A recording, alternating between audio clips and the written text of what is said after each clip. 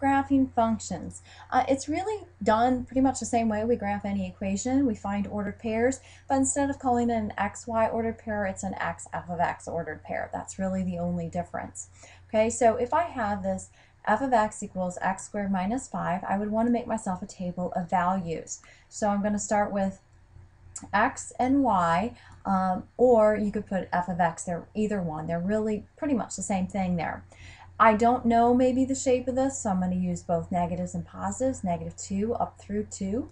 And I'm going to take each one of these x's and input it into my formula, into my function. So -2 squared minus 5.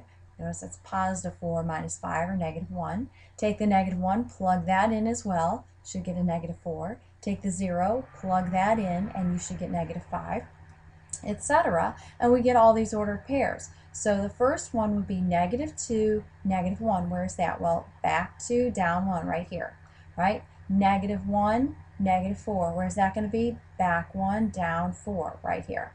Okay, 0, -5. So we stay right at the origin, go straight down to 5, and then 1, -4, and then 2, -1. And we see we have a parabola. You could also graph this in your calculator. If you were to take this and turn it on, go to y equals, clear out anything you might have in there, and you do your x and then your square key, -5. And I'm going to go ahead and try this in a standard window, so zoom to number 6. And there's the picture, and that looks a lot like what we have here.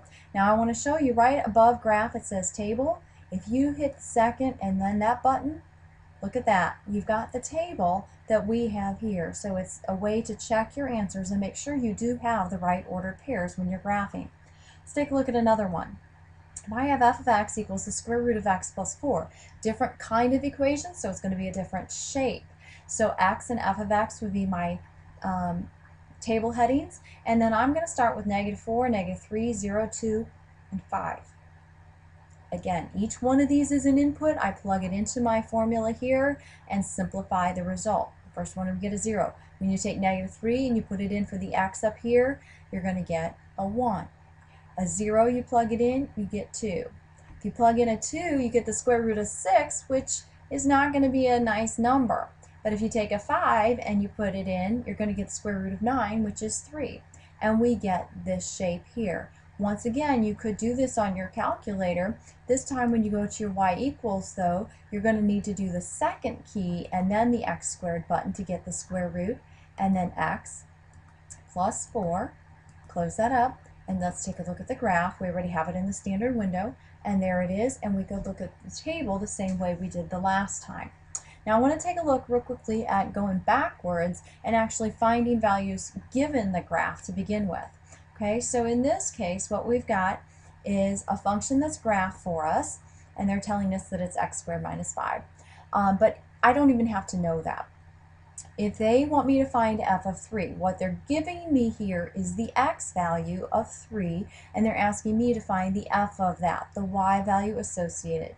So I find my x is 3, and I see where does that intersect the graph, right here. What y does that correspond to? To the 4 right here.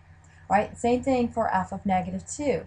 The x value is -2, so I go find -2, and I have to find where does that run into the graph. This time I go down, runs into the graph right here. What is that? That's -1. Here's another one. What about f of 1? Well, this time my x value is 1, so I come out here to 1, and if I go up, I'm not going to hit the graph this way, so I have to go down, and I go down until I hit the graph right here. I look over, what would that correspond to? It corresponds to -4. Now what if they ask me f of x equals -5? This time they're telling me f of x value, the y value, and they're asking me to figure out the x value. Okay, so the y value would be -5, so we go down here to -5, and that's right here. What x is that on the graph? Well, I don't have to move anywhere. X is going to be 0.